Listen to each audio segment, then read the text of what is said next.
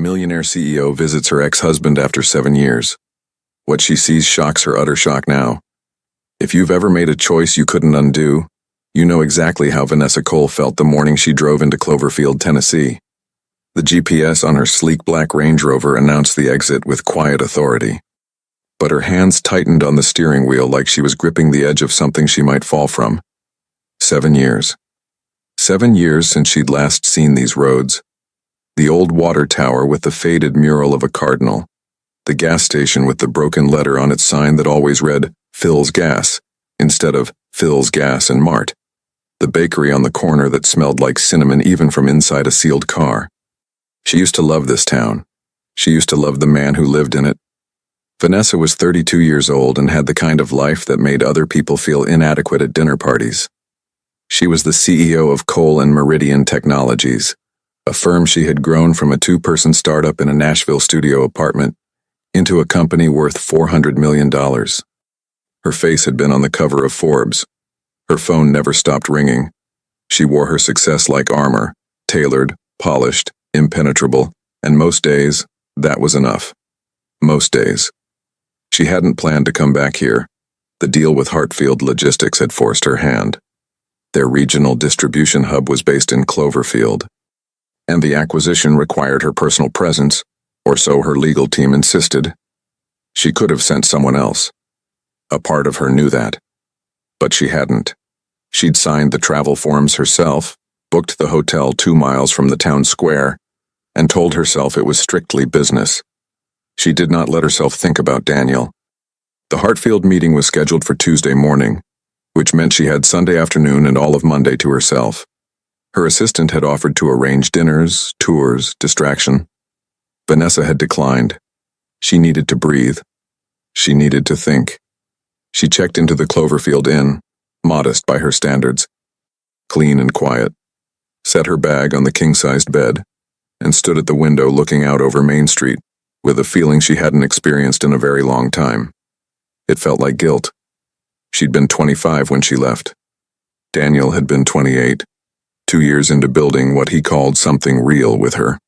A shared apartment. Shared dinners. Shared plans for a future that scared her more than she'd ever admitted out loud. He was steady. He was kind. He had a talent for fixing things. Electronics, systems, people that bordered on supernatural.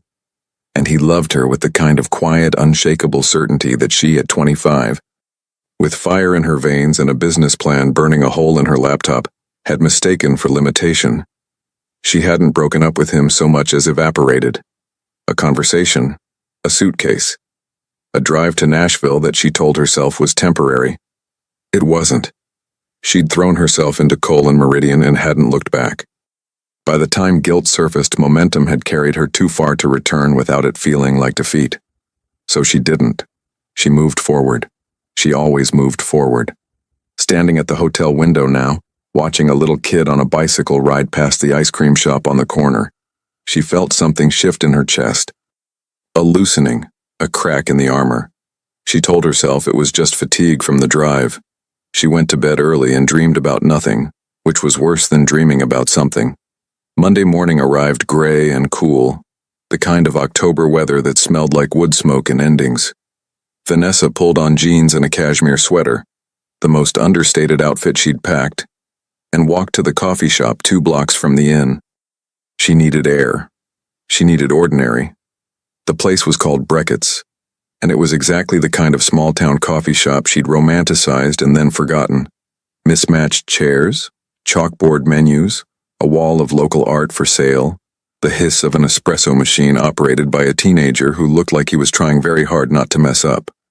Vanessa ordered a black coffee and a blueberry scone, found a corner table and opened her laptop.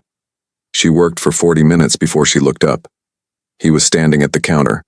She recognized him before her brain had time to process what it was seeing. The shape of his shoulders. The way he stood. Completely still. Not restless, not checking his phone, just present in a way that most people weren't.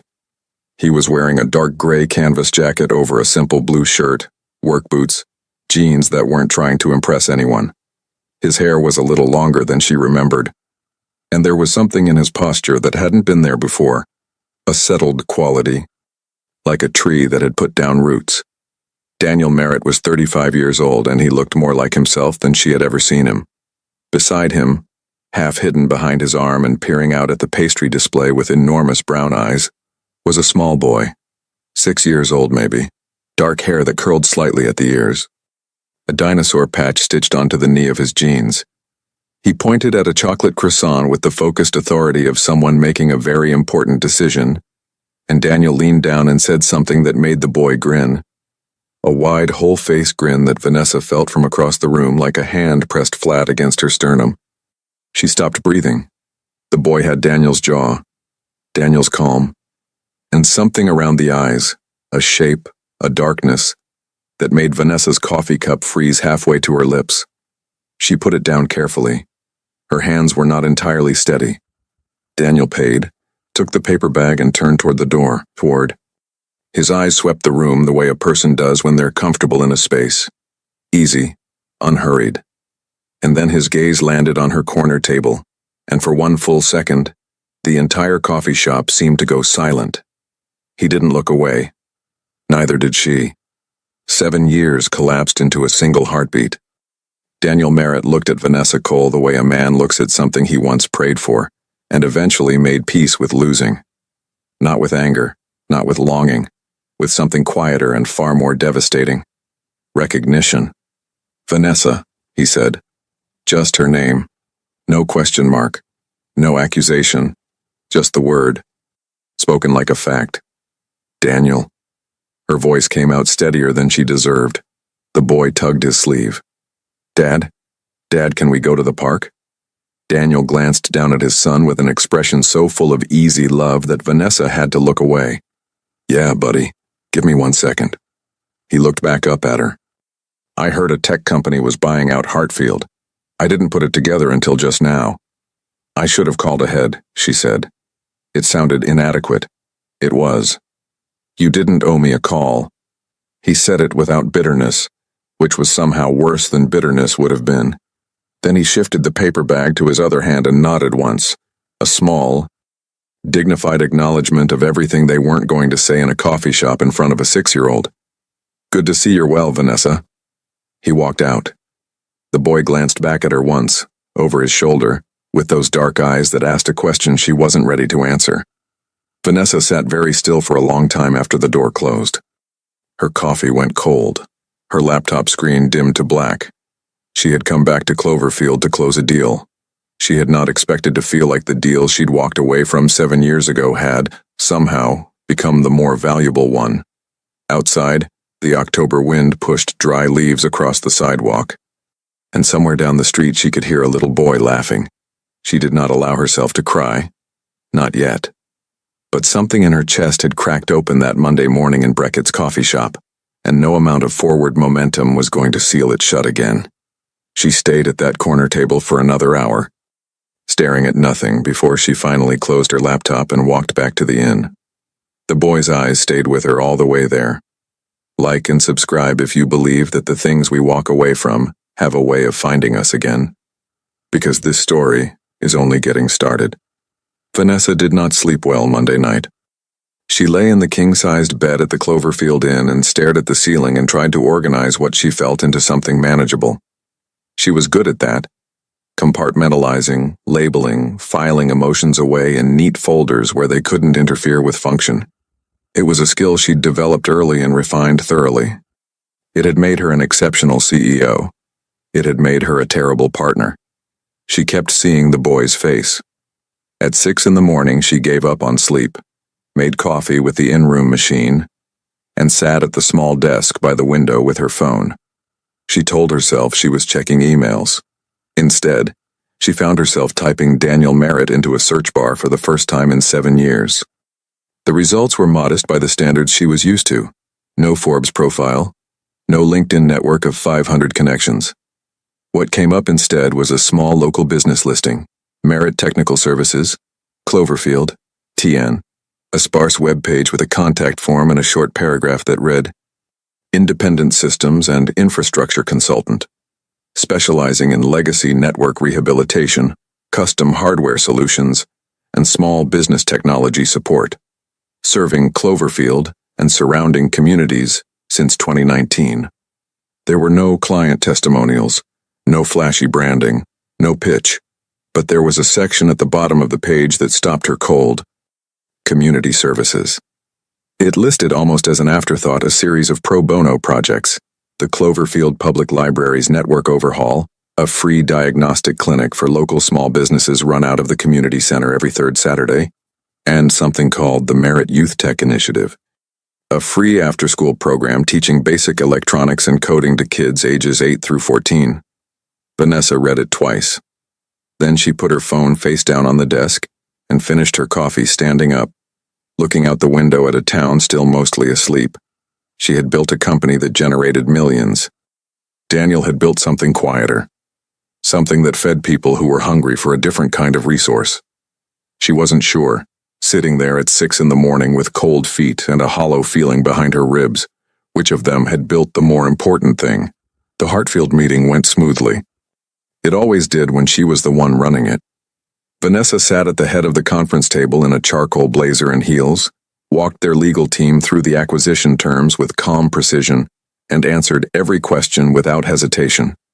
She was in her element, competent, controlled, completely present in the room, except for the 20 seconds when she looked out the conference room window and saw, across the parking lot, a beat-up blue pickup truck she recognized parked in front of the hardware store.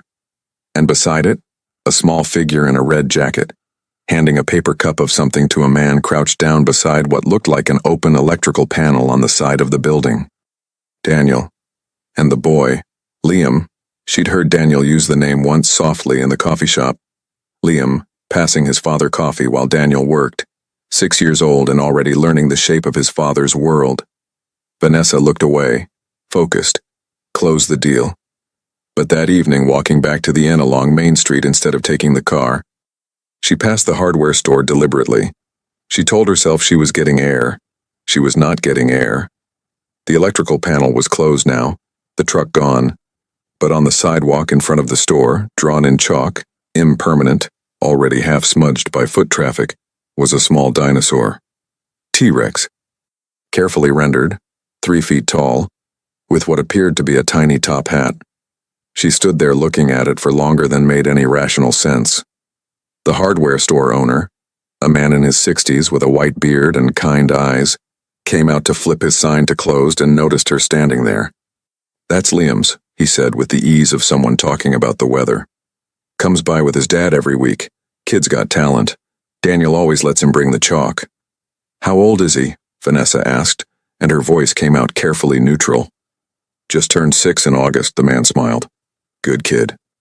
Serious like his dad, but funny when he opens up. Those two are tight." He paused. "You passing through?" "Business," she said. He nodded and went back inside.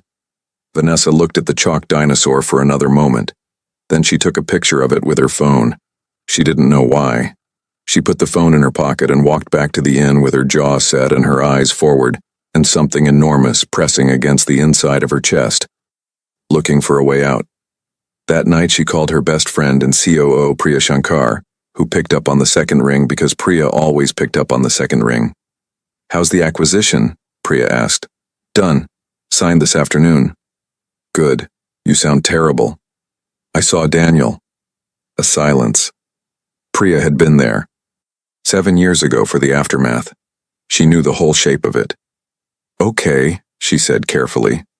"How'd that go?" "He has a son, Priya." Vanessa sat on the edge of the bed. 6 years old. His name is Liam. He draws dinosaurs in chalk on the sidewalk and hands his father coffee while he works. Another silence. Then quietly, "Vanessa, when exactly did you and Daniel stop talking?" 7 years ago, I left in October. We were together for almost 2 years before that. And Liam just turned 6, Priya said. In August. The math was not complicated.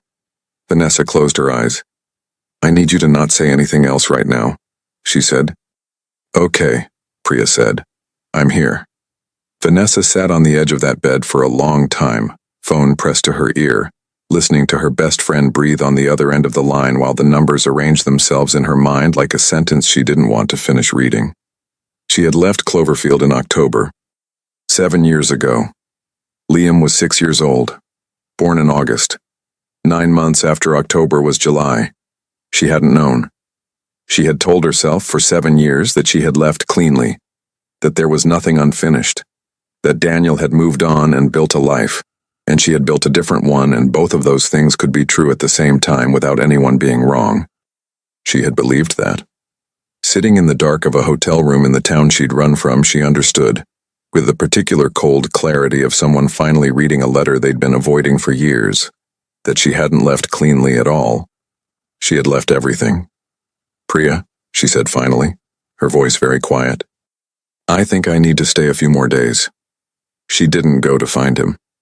That was what Vanessa told herself. She was simply taking a walk on a Tuesday morning after the Hartfield deal was signed, and she had no professional reason to still be in Cloverfield, Tennessee. And if that walk happened to take her past the community center on Birch Street where, according to the town's public events calendar she had not been obsessively checking, Daniel Merritt ran a free technology diagnostic clinic every third Saturday, except she'd miscounted, and it was actually a Tuesday, not a Saturday, and she was not even sure he'd be there. He was there. She could see him through the window as she passed. He was seated across a folding table from an elderly woman with a broken laptop, and he was talking to her the way Vanessa had seen him talk to people since she'd been a girl who didn't know what patience looked like up close, leaning slightly forward, fully attentive, making the person in front of him feel like the only person in the world worth talking to. The elderly woman said something and laughed. Daniel smiled, not a performed smile, a real one, the kind that used his whole face. Vanessa kept walking. She made it to the end of the block before she stopped. For several long seconds she stood on the sidewalk staring at a crosswalk signal cycling from red to green and back again with no traffic in sight. Then she turned around and walked back to the community center and went inside. It smelled like old carpet and coffee and a little like the elementary school she'd attended until 3rd grade. There were 6 folding tables set up, 4 of them occupied, a young couple with a tablet, a teenage boy with a desktop tower that looked like it had survived a flood, a man in his 40s with a phone and a look of deep personal betrayal directed at it. Daniel was still with the elderly woman. He looked up when Vanessa came in. His expression didn't change in any dramatic way. He finished his sentence to the woman, excused himself politely, and walked over. "I wondered if you'd leave today," he said. "I almost did." He studied her for a moment with those careful eyes that had always seen more than she was comfortable with. "Liam's at school," he said. "If that's what you came to ask." It wasn't what she'd come to ask, but it was the thing she most needed to know, and he'd known that, of course he had. Daniel. "Not here," he said quietly. "Not cold, not unkind, just clear. I have people waiting. And this is a conversation that needs more than 5 minutes and an audience." She nodded. "Can we meet tonight? Dinner? Or, I pick Liam up at 3:15. He goes to bed at 8:30. A pause. "There's a diner on Route 9 called Patty's. It closes at 10, but it's quiet after 8. If you want to talk, I'll be there at 8:15. "Okay," she said. He looked at her for one more moment, that same look from the coffee shop, the one that was recognition without hunger, understanding without surrender. And then he went back to the elderly woman and her laptop without another word. Vanessa left the community center and walked 3 blocks before she found a bench and sat down on it, and tried to remember how to breathe normally. She spent the rest of the day attempting to work from her laptop at the inn, and mostly failed. She answered 11 emails, started and abandoned a quarterly report, and stared at the ceiling for cumulative stretches that would have horrified her assistant. At 7:45 she changed into a clean sweater, drove to Route 9, and sat in the parking lot of Patty's Diner for 10 minutes before going inside. It was exactly the kind of diner she'd forgotten existed. Red vinyl booths, laminated menus, a pie display case under fluorescent light, and a waitress named, according to her name tag, Ruth Ann, who brought water without being asked, and clearly recognized Vanessa as not from here. Daniel arrived at 8:13. He'd changed too. Cleaner jacket, same kind of simple clothes. No effort to impress. He slid into the booth across from her, picked up the menu out of habit, and set it back down. "You look like you haven't eaten today," he said. I had a scone this morning. At Brackett's. A faint, dry note in his voice. That tracks. Ruth Ann came back. They both ordered coffee. Daniel ordered pie, apple without consulting the menu. Vanessa ordered the same, mostly because she needed something to do with her hands. They sat in silence for a moment that felt much longer than it was. He looks like you, Vanessa said finally. Daniel wrapped both hands around his coffee mug. He does. Daniel.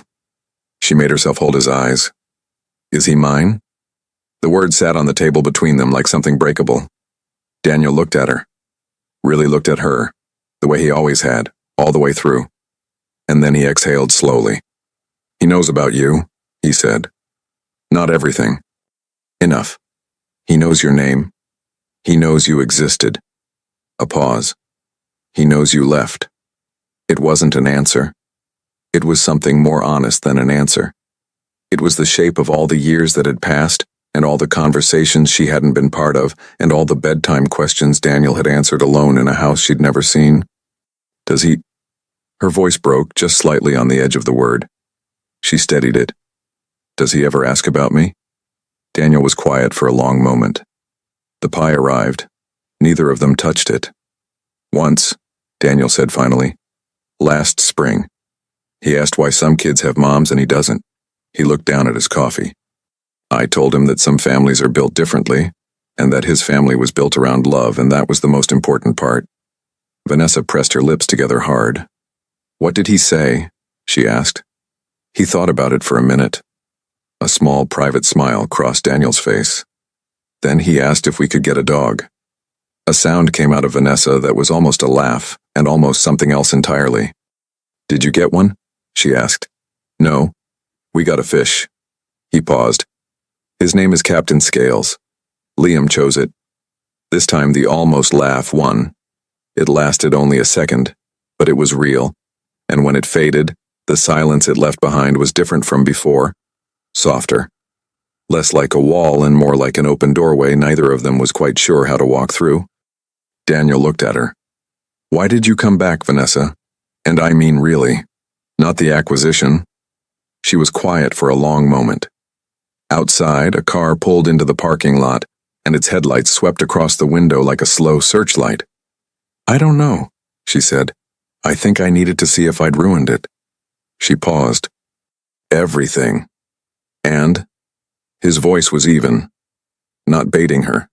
Genuinely asking. She looked at him across the pie she hadn't touched. In a diner on Route 9 in a town she'd run from. Across the width of 7 years and every version of herself she'd been since she was 25 and afraid of standing still. I think, she said slowly, that you built something I don't know how to build. Daniel didn't respond right away. He looked at his coffee, then out the window, then back at her.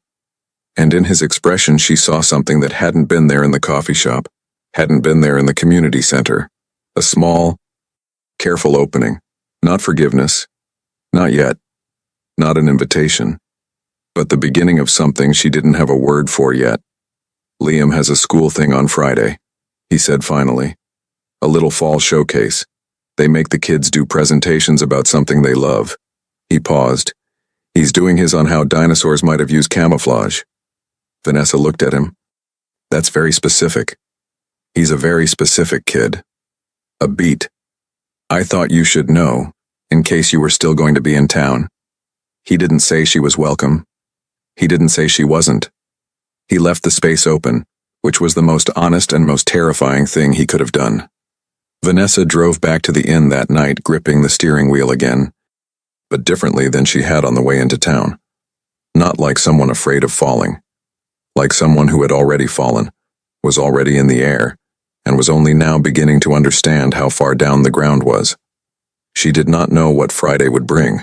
She knew she was going to be there, and somewhere across town, in a house she'd never seen, a 6-year-old boy named Liam was asleep, dreaming whatever 6-year-olds dream, completely unaware that the woman who had driven away from his father 7 years ago was lying awake in a hotel room, staring at the ceiling, and thinking about camouflage dinosaurs.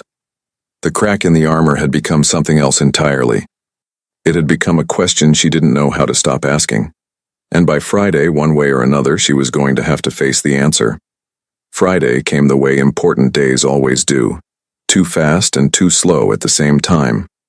Vanessa had spent Wednesday and Thursday in a careful, deliberate limbo. She extended her stay at the Cloverfield Inn without explaining why to anyone, rescheduled 2 calls with her board, and answered Priya's texts with enough information to confirm she was alive, and not enough to invite follow-up questions. She walked. She worked. She ate actual meals. Ruth Ann at Patty's had begun bringing her coffee without being asked, which meant Vanessa had apparently been there enough times to become a regular, which was not something she'd planned on. She did not go looking for Daniel again. She'd made the decision at the inn Tuesday night and held to it. She would not chase. She would not crowd the fragile, unnamed thing he'd left open at the end of their conversation. She would show up on Friday quietly and see what happened. That was all. What she hadn't accounted for was how a small town works. By Thursday afternoon, she was fairly certain that half of Cloverfield knew a woman from Nashville was staying at the inn and had been seen talking to Daniel Merritt at Patty's. Ruth Ann had mentioned it casually, with the serene lack of apology that small towns specialize in. The hardware store owner, whose name she'd learned was Roy, had waved at her from across the street. A woman at the inn's small breakfast table had asked, with genuine warmth and zero subtlety, if she was the one who used to know Daniel. Vanessa had said she was an old friend. The woman had nodded in a way that suggested she knew exactly what that meant and several things Vanessa hadn't said. The school showcase was at 6 in the evening, in the gymnasium of Cloverfield Elementary. Vanessa arrived at 5:55 and stood near the back, wearing the plainest thing she'd packed. Dark jeans, a simple gray top, her hair down, and tried to look like someone's aunt rather than someone who had driven 4 hours out of her life and then stayed an extra week because of a 6-year-old she didn't know how to introduce herself to. The gymnasium was decorated with orange and yellow streamers and handmade signs that read, "Fall into learning" in uneven letters. Folding chairs faced a low stage. Parents clustered in small groups, the specific social ecosystem of elementary school events, the ones who knew each other, the ones pretending to check their phones, the children running between legs like water through rocks. She saw Daniel before he saw her. He was crouched down near the stage steps, straightening the collar of a small blue button-down shirt on a boy who was very clearly more interested in something across the room than in having his collar straightened. Liam, 6 years old, slight and serious-faced, with a folded piece of poster board under one arm and the expression of someone mentally rehearsing something important. Daniel said something to him. Liam looked up, nodded once, that same single nod she noticed that Daniel himself used, and then marched up the stage steps with the focused confidence of someone much older. Daniel stood, turned, and found her with his eyes immediately, as if he'd known she was there. He crossed the gym toward her without hurrying. "You came," he said. "I said I would." He nodded, stood beside her, both of them facing the stage, not quite next to each other, but close enough that it felt like something. "He practiced 4 times last night," Daniel said. "Kept changing the order of the slides." "How many slides does a 6-year-old have?" 7. "He made them himself." A pause, and in his voice she heard something she recognized, the specific pride of a parent watching their child be entirely themselves. He spelled camouflage correctly on every single one. The showcase started. Liam was 4th. When he walked to the small podium with his poster board, Vanessa felt her heart do something complicated and involuntary. He was so small up there, so earnest. He unfolded the poster board, looked out at the audience with enormous calm, and said, into the microphone, in a clear, unhurried voice, "My name is Liam Merritt, and I'm going to tell you about how dinosaurs might have used camouflage, which means hiding by looking like something else." Someone behind Vanessa said, "Aw," softly. Liam talked for 4 minutes about color-changing dinosaurs.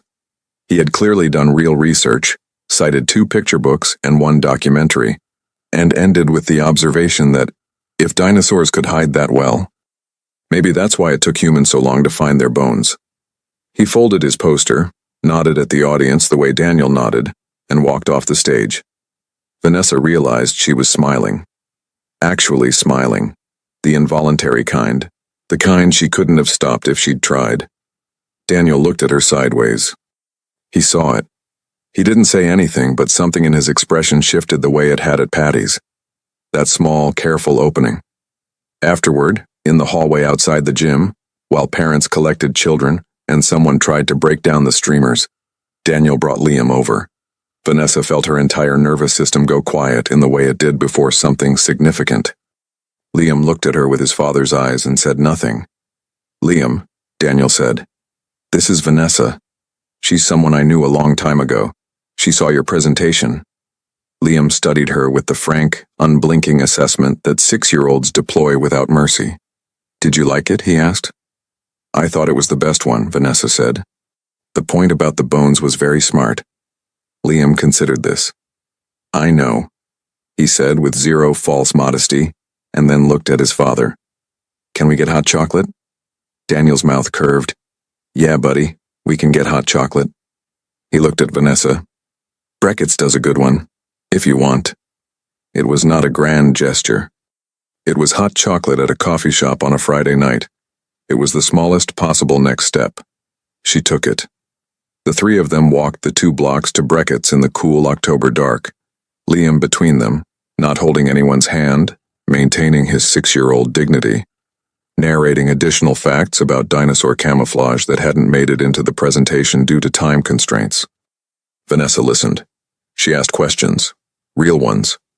And Liam, who had clearly inherited his father's radar for whether someone was genuinely paying attention, answered them with increasing detail and something that, cautiously, looked like it might become approval.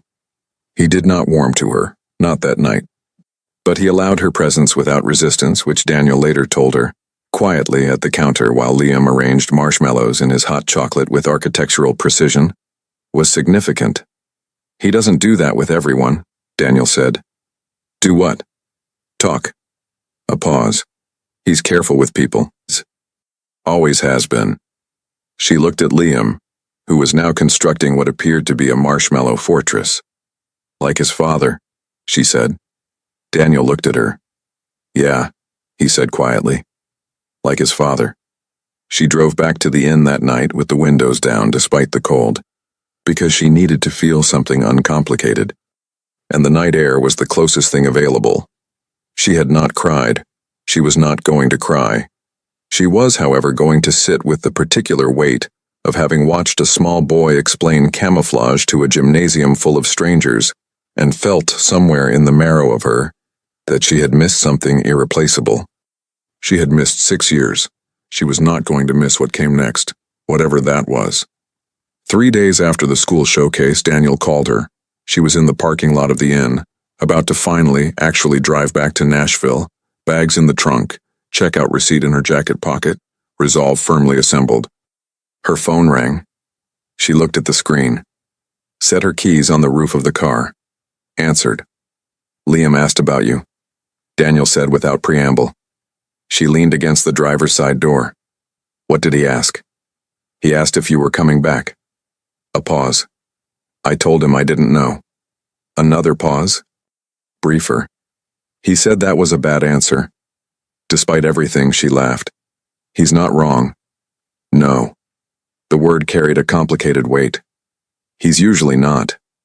The silence that followed was different from the ones before. Less guarded. She could hear faintly what sounded like morning sounds in a house. A cabinet closing. Water running. The muffled cartoon sounds of something playing in another room.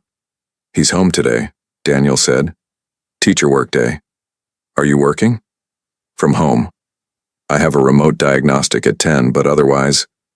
He stopped, started again. "I was going to take him to the nature trail off Miller Road this afternoon. He wants to look for fossils. He won't find any, but he'll look very seriously."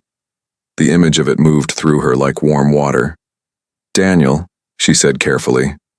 "I'm not asking you to come," he said. "I want to be clear about that.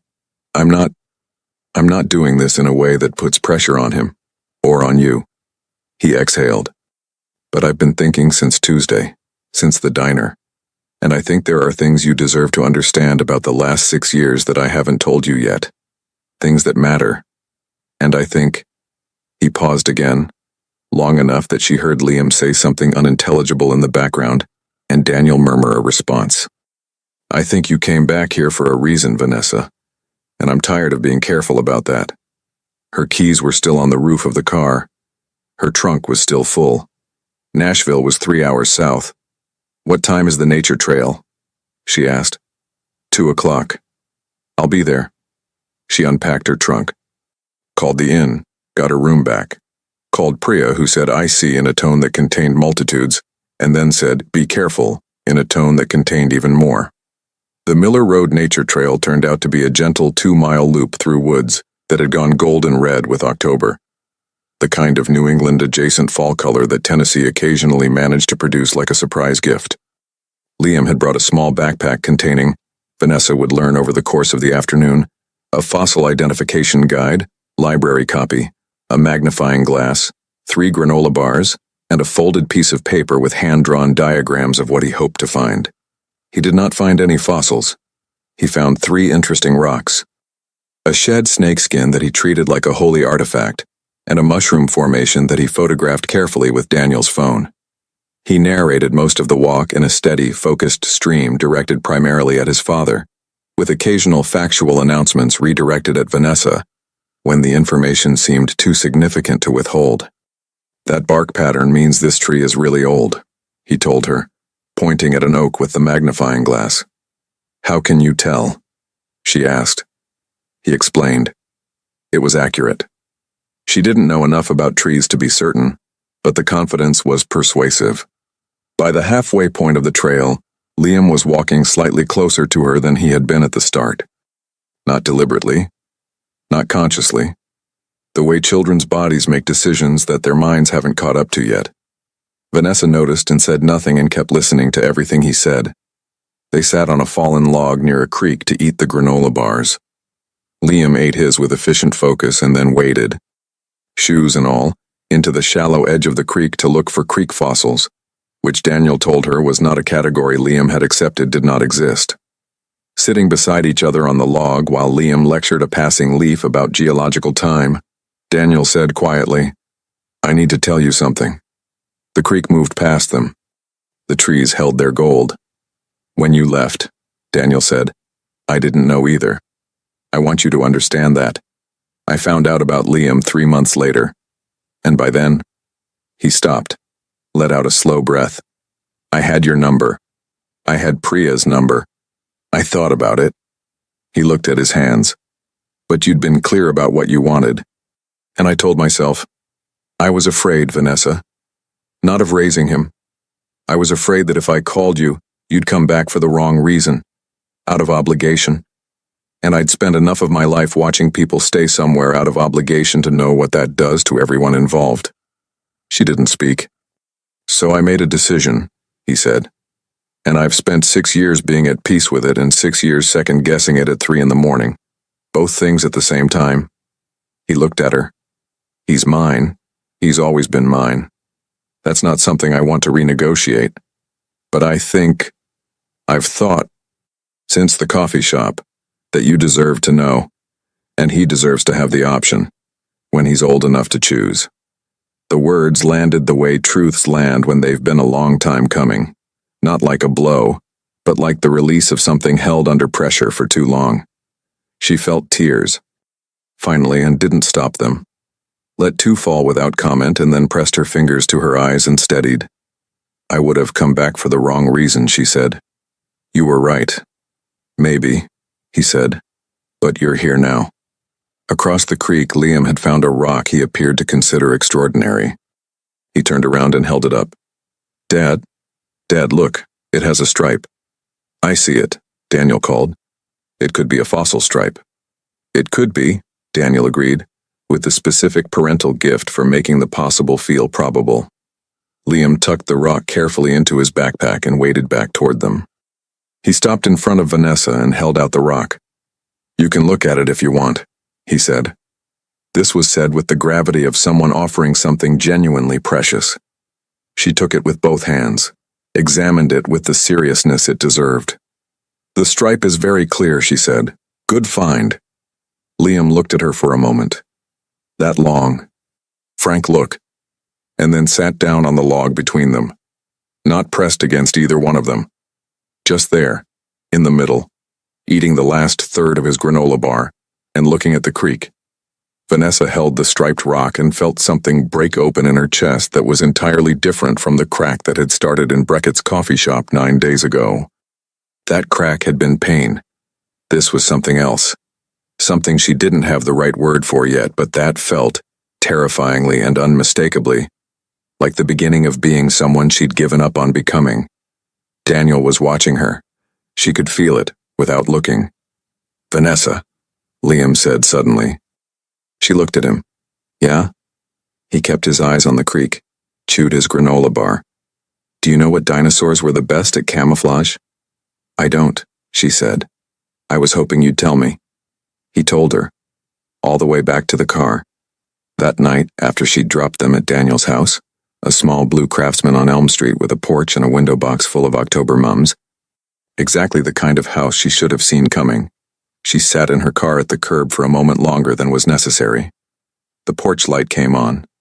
Through the window she could see the warm yellow interior, the shape of Daniel moving in the kitchen, and briefly Liam climbing the stairs with his backpack still on.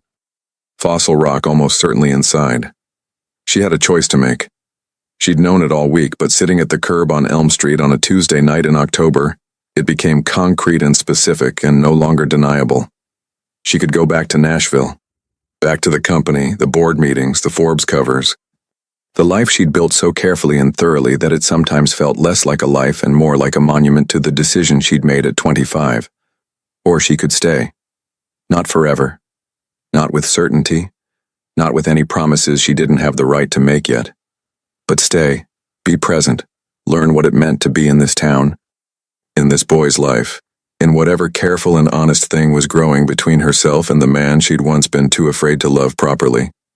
She was 32 years old. She was not, she realized, afraid of standing still anymore.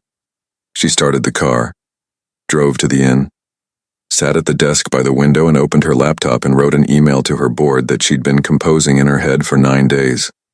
Through every coffee and diner pie and chalk dinosaur and granola bar on a fallen log. The subject line was, Transition Plan, CEO Succession Discussion. She didn't send it yet. She saved it in drafts and sat with it for a long time, her hands in her lap, her eyes on the dark street below. The armor was gone. She didn't miss it. And somewhere on Elm Street in a small blue house with a porch light on, something that she'd left behind 7 years ago was still, quietly, remarkably, alive. This is the final chapter. And if you've made it here, you already know this story is about more than second chances. Please like and share this one. Someone you love might need to hear it. She sent the email on Wednesday morning. Not the full resignation. Not yet. Not without proper transition. Not without honoring the thing she'd built and the people who'd built it with her. But the intention. Clear and direct, and Priya called within 4 minutes, which was a record even by Priya's standards. "Are you sure?" Priya asked. "I've been sure since Monday," Vanessa said. "I just needed to be honest about it." A long pause. "What are you going to do?" "I don't know exactly." She looked out the window at Main Street, waking up in the morning. Something smaller. Something here, maybe. There's a lot of small businesses in this town that need better technology infrastructure. She paused. There's also a youth tech program that could probably use funding. "Vanessa Cole," Priya said slowly, "are you telling me you're moving to a small town in Tennessee for a man you haven't spoken to in 7 years and a 6-year-old who likes dinosaurs?" "I'm telling you I'm moving to a small town in Tennessee because I like who I am when I'm honest." A pause. "The man and the 6-year-old are a related development." Priya laughed. It was a good laugh, warm and a little exasperated and fully supportive. "Okay," she said. "I'll handle the board. You owe me dinner when this is all figured out." "Anywhere you want," Vanessa said. She spent Wednesday and Thursday doing what she did best. Organizing. Planning. Making a structure out of intention. She called a local realtor. She reached out to the director of the Cloverfield Small Business Association, whose name she'd found on the community center's bulletin board. She made a list. She did not call Daniel. That part needed to happen in person. Friday morning, she drove to Elm Street and knocked on the door of the small blue craftsman. Liam answered. He was in pajamas printed with various geological formations, holding a bowl of cereal, and looking at her with the calm assessment she was beginning to recognize as his default setting. "Hi," he said. "Hi," she said. "Is your dad home?" "He's making coffee." Liam considered her. "Do you want to come in?" It was the first time he'd offered. She understood the weight of it. "Yes," she said. "Thank you." The inside of the house was exactly what she'd imagined from the curb, warm and lived in and full of the specific texture of a home built by one person who cared about getting things right. Books on the shelves organized by color in some sections and not at all in others. A kitchen table with a small scratch on one corner. A windowsill full of the rocks Liam had clearly been collecting for years, sorted, she noticed, by color and approximate size. On the refrigerator, held by a magnet shaped like a cardinal, was the poster board from the school showcase, folded but not thrown away. Daniel turned from the coffee maker and saw her, and for a moment neither of them said anything. "Liam let me in," she said. "I see that." He looked at his son, who had returned to the table and was eating cereal and reading the geological formations on his pajamas simultaneously. Something moved across Daniel's face, a recognition, a tenderness, a very careful hope. "Can we talk?" she asked. He poured a second mug of coffee and handed it to her. They talked for 2 hours.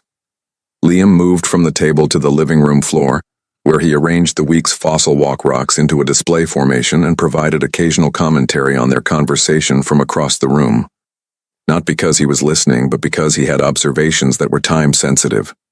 Vanessa told Daniel everything: the email to the board, the realtor, the plan that wasn't quite a plan yet. She told him she was not doing it for him, and she meant it. Meant it in the specific way that made it more meaningful, not less. She was doing it because something in her had been pointing toward this for years, and she'd been too fast, too armored, too forward-moving to feel it. Daniel listened the way he always had, all the way through. When she was done, he was quiet for a moment. Then he said, "I'm not going to tell you this is simple. I know. He doesn't know yet. Who you are, what you are to him." He looked toward Liam, who was now narrating a rock's biography to another rock. "That's a conversation that happens carefully, at his pace, when it's right." "I know," she said again, "and I'm not—" He stopped, started again, more honestly. "I'm not the same person I was at 28. I've had 6 years of learning what I actually need, what I won't compromise on." He looked at her steadily. "I need someone who stays." The word landed simply, without drama, and was more powerful for it. "I know," she said for the third time, and then, "I'm going to stay, Daniel." He looked at her for a long moment. That complete. Seeing look that had undone her in a coffee shop 9 days ago and was doing it again, more thoroughly now. "Okay," he said quietly. From the living room floor, without looking up from his rocks, Liam said, "Are you going to live here?" Both adults turned. He was still arranging rocks, still not looking at them. "I'm going to live in Cloverfield," Vanessa said carefully. "Not in this house, but nearby." Liam picked up a rock, examined it, set it down. "Our neighbor has a dog," he said. "She lets me pet it on Tuesdays." "That's good," Vanessa said. "His name is Biscuit." A pause. "It's a good name." Daniel caught her eye over the top of Liam's head. His expression was the most open she had ever seen it. The weeks that followed were not a fairy tale. They were something better, real, and therefore more valuable. Vanessa found a rental on Birch Street, 4 blocks from Elm, close enough to be present and far enough to be honest about where they were. She met with the Small Business Association. She toured the youth tech program with Daniel on a Saturday morning, and sat in the back of the room watching 12-year-olds learn to solder, and felt something she'd been missing in every boardroom she'd ever sat in. She had dinners at the Blue House on Elm Street, infrequently at first and then more often, with the gradual naturalness of something that had been true for a long time and was only now being lived. Liam did not warm to her quickly. He was a precise and careful child, and he distributed trust the way he distributed his fossil collection, deliberately, with full evaluation of each piece. There were weeks when he was generous with her, weeks when he was coolly polite, weeks when he tested her patience with the focused commitment of someone conducting a long-term experiment. She passed some tests and failed some others and showed up the next time anyway, which was, she came to understand, the only answer that mattered to him. The turning point when it came was quiet. It was a Sunday in December, 6 weeks after she'd moved to Birch Street. First snow of the season, just a dusting. Barely enough to cover the grass, but enough to make Liam insist on going outside in full winter gear to look for snow fossils, which Daniel had explained to Vanessa was not a category they'd been successful in eliminating. Daniel had a call he couldn't move. He looked at Vanessa across the kitchen and she looked back, and without words they both understood the question. She nodded. She took Liam outside. They walked the yard and the sidewalk and the small park at the end of Elm Street for 45 minutes in the thin December snow. Liam found no snow fossils. He found a frozen puddle that he cracked open with his boot and examined the ice pattern with full scientific rigor. He found a bird feather, blue-gray, which he placed in his jacket pocket for the collection. He explained to her the difference between igneous and sedimentary rock while they stood at the edge of the park. And she listened and asked good questions, and he answered them with the increasing energy of someone who has identified a genuinely worthy audience. On the walk back to the house, he reached up without warning and took her hand. He didn't say anything.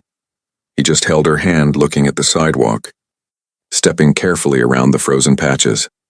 Vanessa kept walking. She did not make it a moment, did not speak, did not change her step.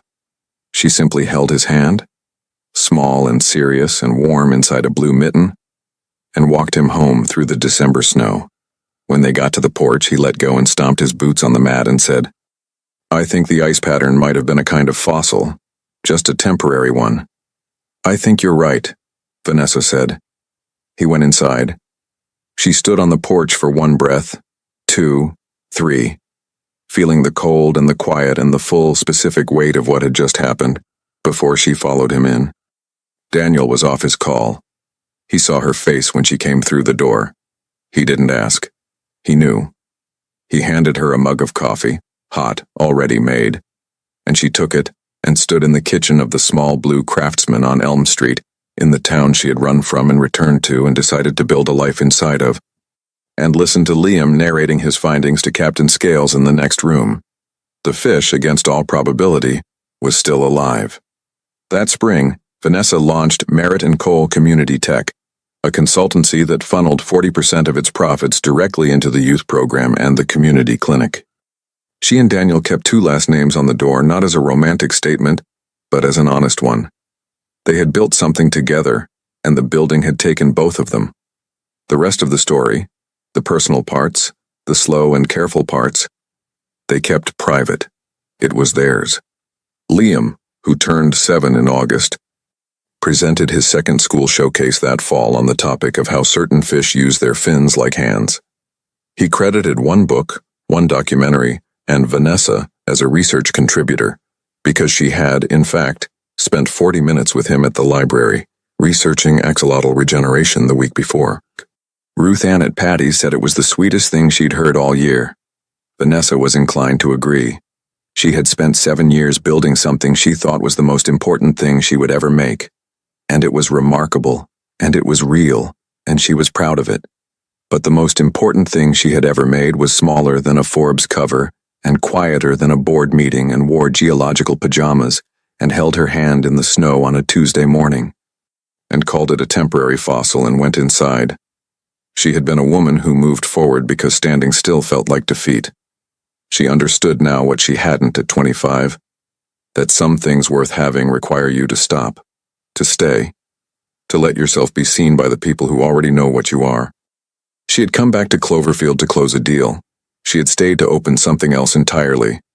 And on Elm Street, in a house with a porch light that came on every evening at dusk, a family was being built the only way real things are built. Not fast, not perfectly, but with patience and love, and the willingness to show up again tomorrow. That was enough. That was everything.